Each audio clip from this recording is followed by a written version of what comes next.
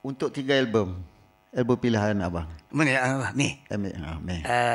Saya ambil Zeitgeist. Zeitgeist Kenapa tahu? Sebab album tu Zeitgeist satu. Dia nak tahu penampilan Yang Zen dengan Mei macam mana. Sesuai ke? Okey ke?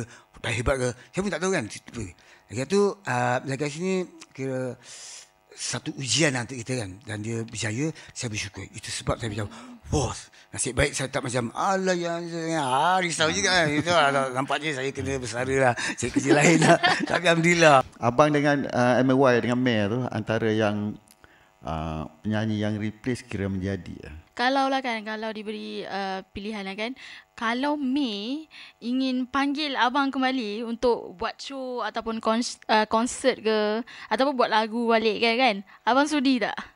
Sentiasa sudi. Sentiasa sudi abang. Ya. Saya akan support mereka sebab mereka cintai muzik. Okay. Kalau mereka seperti macam saya, kalau duit, itu terserah. Jadi kalau macam muzik, saya on je abang. Okey, nanti saya bagi tahu Abu. Tak, you organize. Organize. Bayar berapa? Bayar RM10. Oh, sorry. Apa-apa tanya payment dulu lah. Okay.